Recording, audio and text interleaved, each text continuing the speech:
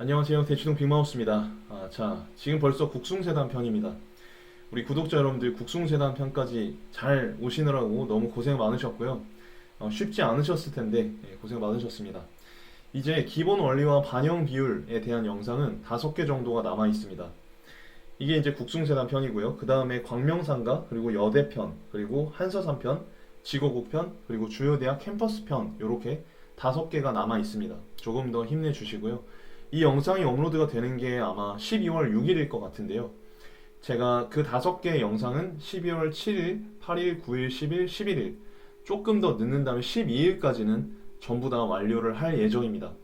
그래서 이제 성적표가 다 나오고 나서 그 다음에는 또 심층적인 데이터 분석과 함께 좋은 정보들 알려드릴 거니까요. 함께 해주시고요. 자, 그럼 본격적으로 영상 시작해 보도록 하겠습니다. 역시 새로 들어오시는 분들이 계실까봐 말씀을 드리면 제가 재생 목록에다가 이전에 영상을 다 업로드를 해놨으니까 참고를 해주시면 감사할 것 같고요. 자, 지금 이제 12월 6일입니다. 12월 6일. 그래서 12월 6일에 이제 성적표가 나오기 3일 전입니다.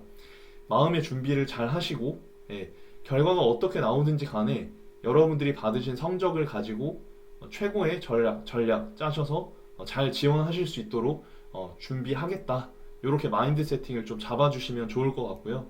역시 이 영상에서 교차 지원 시의 주의점과 학교별 정보를 들으시면서 원서 영역의 원리를 체화해 놓으신다면 그래도 6교시 원서 영역이 그렇게 힘들지만은 않으실 거라고 생각을 합니다.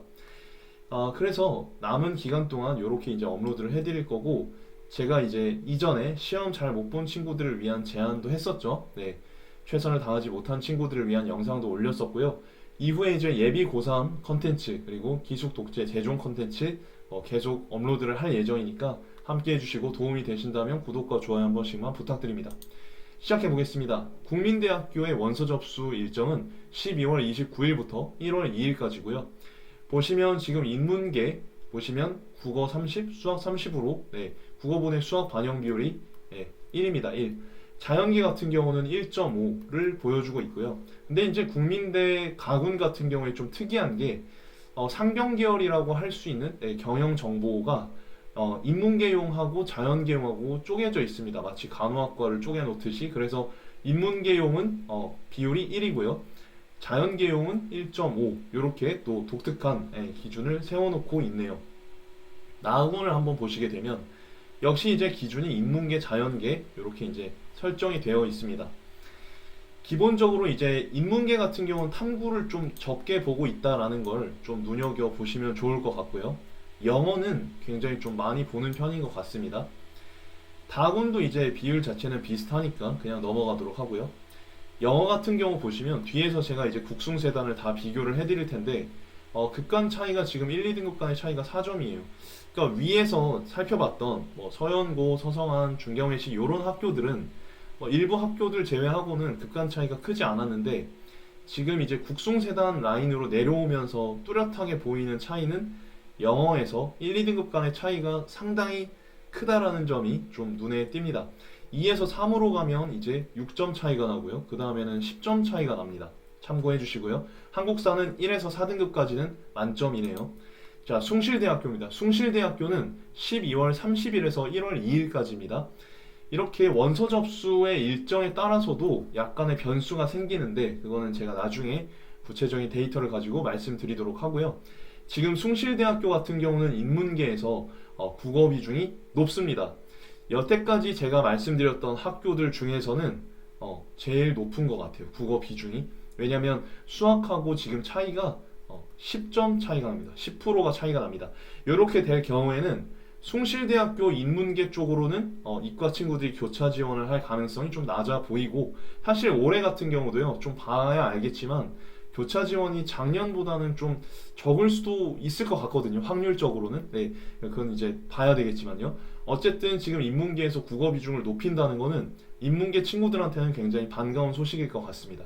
그리고 상경계열 같은 경우는 역시 수학에다 35의 비중을 두고 있는 것을 확인하실 수가 있고요.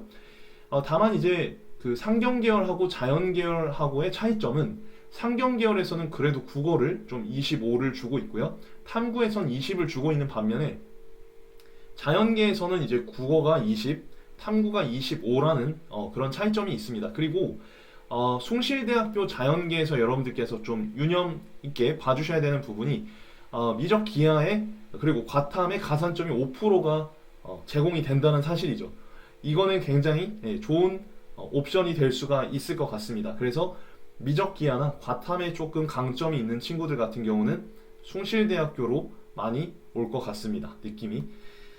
자, 그리고 일반 전형 나군 같은 경우 보시게 되면 여기 이제 영어, 영문, 독어, 동문이 있는데 요 학과들도 역시 인문계와 동일한 비율 적용받고 있고요. 또 IT 융합 같은 경우도 지금 자연계하고 동일한 비중이 적용되고 있고 또 가산점, 미적 기하와 과탐 가산점도 동일하게 적용이 되고 있는 모습 보실 수가 있겠습니다. 다군으로 가보시면 지금 이제 다군에서 좀 특이한 거는 뭐냐면 지금 다군의 자연계에서는 가산점이 제공이 되지 않고 있습니다. 이 굉장히 흥미로운 부분이죠. 그리고 지금 정보통계보험, 컴퓨터학, 글로벌 미디어, AI 융합, 융합 특성화 자유전공 같은 경우는 미적 기하와 과탐의 가산점이 부여가 됩니다. 그러니까 다군에서 이제 숭실대 옵션을 고려하실 친구들은 학부모님들께서는 이 점을 디테일하게 확인을 하실 필요가 있겠습니다. 숭실대 영어입니다. 숭실대 영어 같은 경우는 1, 2등급 간의 급간 차이가 마이너스 6점입니다. 앞에 죄송합니다. 국민대의 경우보다 조금 더 큰 모습을 보여주고 있죠. 국민대는 1, 2등급 간의 간극이 마이너스 4점이었는데 지금 숭실대 같은 경우는 마이너스 6점인 모습을 확인하실 수가 있고요. 2, 3등급 간의 차이 같은 경우도 마이너스 8점 이렇게 벌어지고 있기 때문에 사실 영어를 잘 못 본 친구들 같은 경우는 숭실대에서 조금 그래도 기분이 안 좋을 수 있을 것 같습니다. 그리고 이제 한국사 같은 경우도 크진 않지만 그래도 0.5점 정도의 급간 차이를 보여주고 있고요. 세종대학교로 가시면 세종대학교의 원서 접수도 12월 30일에서 1월 2일까지인 것을 보실 수가 있습니다. 인문계열 같은 경우는 국민대와 동일하게 국어 30, 수학 30 이렇게 배정을 해주고 있습니다. 자연계 같은 경우도 지금 자연계 같은 경우는 국숭세가 전부 비슷한 경향성을 보이고 반영 비율도 비슷하게 설정을 하고 있습니다. 심지어 영어 같은 경우도요. 그래서 사실 굉장히 유사한 점이 많지만 유사하면서도 이렇게 국방 시스템공이나 항공 시스템공 같이 미적 기하의 10% 가산점이 적용된다라는 이런 차이점은 또 다르기 때문에 여러분들께서 디테일하게 챙겨 주셔야 될 것 같습니다. 나군으로 가보시면 나군에서 인문계, 자연계는 역시 특이사항 없이 위에서 보셨던 것처럼 비슷하지만 창의 소프트학과 같은 경우는 여기 보시면 인문계, 자연계보다 국어와 수학 비중이 더 크고요.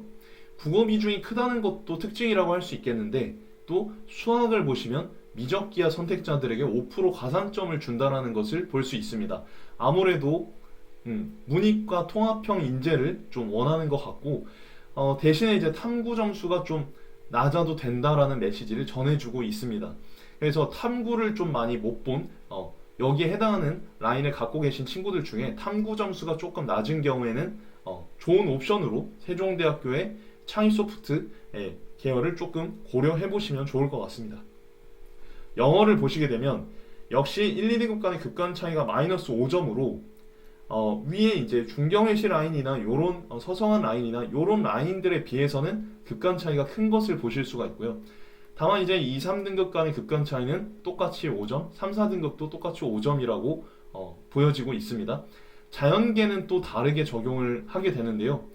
지금 이제 자연계 같은 경우는 급간 차이가 마이너스 2점, 그리고 2, 3등급 간의 급간 차이는 마이너스 2점 똑같습니다. 그러니까 비중이 조금 적다는 것을 우리가 확인할 수가 있고요. 한국사 같은 경우는 1, 3등급까지는 만점이라고 보시면 될 것 같습니다. 단국대학교입니다. 단국대학교도 원서 접수가 12월 30일부터 1월 2일까지입니다. 그러니까 국민대학교만 하루 먼저 시작하고 숭세단은 12월 30일 날 시작을 한다고 보시면 될 것 같습니다. 이 경우에 지금 가군을 보시면 영미인문, 미디어 커뮤, 상담, 공연영화 요 경우에는 국어 비중이 높습니다. 역시 지금 숭실대였나요? 숭실대학교의 인문계 같은 경우가 지금 이과 친구들로부터 방어막을 좀 쳐주고 있었습니다. 국어가 35였기 때문에요. 지금 여기 단국대학교의 요 학과들 같은 경우도 지금 실드를 좀 쳐주고 있는 모습 확인하실 수가 있죠. 그래서 인문계열 친구들 중에 국어를 조금 더 잘 본 친구들은 이렇게 숭실대학교와 단국대학교를 옵션으로 가져가실 필요가 있겠다 생각이 들고요. 국제학부 같은 경우는 역시 수학 비중이 더 큰 모습을 확인하실 수가 있습니다. 국제학부 같은 경우는 국어 비중이 25고 수학이 35예요. 그래서 기계공하고 조금 차이점이 있는데 기계공은 국어가 조금 적고 수학이 더 지금 15가 차이가 나죠. 그리고 탐구에 이제 5가 더 이제 들어가 있는 모습을 확인하실 수가 있겠습니다. 나군으로 가시게 되면 역시 인문계는 방어막을 조금 쳐주고 있는 모습 확인하실 수 있고 상경계열 같은 경우도 위에 국제학부와 마찬가지로 국어가 25, 수학이 35인 모습을 확인하실 수가 있습니다. 자연계에도 위에 기계공하고 비슷한 똑같은 비율을 갖고 있고요. 건축학부 같은 경우에는 희한하게 국어의 비중이 더 높지만 미적기하의 10%의 가산점을 주는 그런 모습을 보이고 있으니까 관심 있으신 분들은 확인을 좀 해보셔야 될 것 같습니다.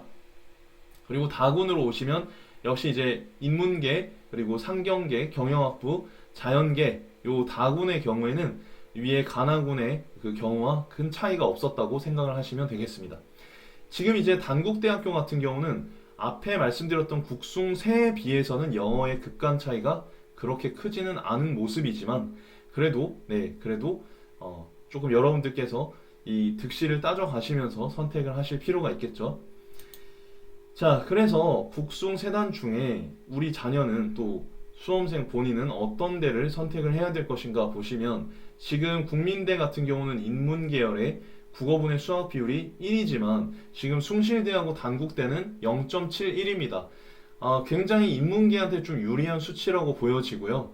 아무래도 이제 이쪽으로는 교차 지원이 상대적으로 덜 할 겁니다. 거의 없을 것 같기도 해요, 사실.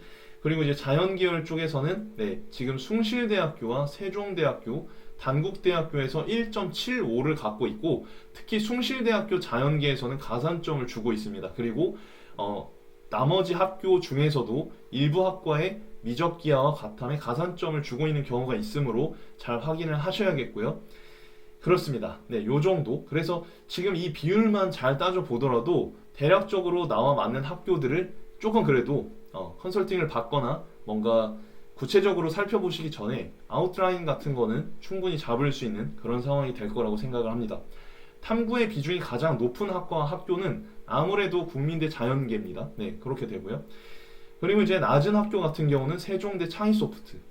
그러니까 사실은 이게 만인한테 공개되어 있는 정보지만 이거를 자세히 들여다보는 사람과 들여다보지 않는 사람하고는 굉장히 큰 차이가 날 수밖에 없고 여기에서 이제 정보와 기회의 차이가 생긴다고 생각을 합니다. 국어의 비중이 가장 높은 학교와 학과는 숭실대학교 인문, 단국대학교 인문이 35. 지금 여기 학과의 경우에는 수학이 25였죠. 그래서 인문계 친구들한테 좋은 픽이 될 것 같고요. 국어의 비중이 가장 낮은 학교와 학과는 대부분의 자연계가 20으로 동일하기 때문에 큰 차이는 없다고 보이지만 아무래도 그래도 여러 가지를 따져서 우리가 생각을 해봐야 되겠죠. 그리고 수학의 비중이 가장 높은 학교와 학과는 아무래도 숭실대 자연계에서 이제 5% 가산점을 준다는 거. 그리고 이제 세부 학과라서 제가 여기다 쓰진 않았지만 일부 학과에서 가산점을 10%나 주는 경우가 있었죠. 앞에서 제가 말씀드렸으니까 그런 부분들 참고하셔가지고 전략을 세우시면 좋을 것 같습니다. 자, 영어 등급 낮을 경우에 가장 불리한 학교, 급간 차이가 좀 커가지고 제가 요건 따로 이제 해봤습니다. 지금 요 표상으로 가장 불리한 학교는 지금 2등급을 받았다고 할 경우에는요, 지금 숭실대에 지원하는 친구들이 손해가 제일 큽니다. 지금 국민대 같은 경우는 1, 2등급 간의 급간 차이가 마이너스 4, 세종대는 마이너스 5, 숭실대는 마이너스 6, 단국대는 마이너스 3입니다. 이렇게 되고요. 이제 2등급에서 3등급으로 넘어가면 국민대는 총 마이너스 10점이고요. 세종대도 총 마이너스 10점이고 단국대는 마이너스 8점, 숭실대는 마이너스 14점이 됩니다. 그러니까 영어를 좀 심각하게 못 본 친구들은 숭실대 쪽은 조금 한 번 더 재고를 해보시는 걸 추천드립니다. 자, 준비한 컨텐츠는 여기까지고요. 이후에 정시 성적표가 나오게 되면 더 구체적이고 심층적인 정보를 가지고 찾아오겠습니다. 다음 영상에서 또 좋은 모습으로 찾아뵙도록 하고요. 여러분 힘내시고 긍정적인 마음으로 끝까지 함께 해보면 좋겠습니다. 감사합니다.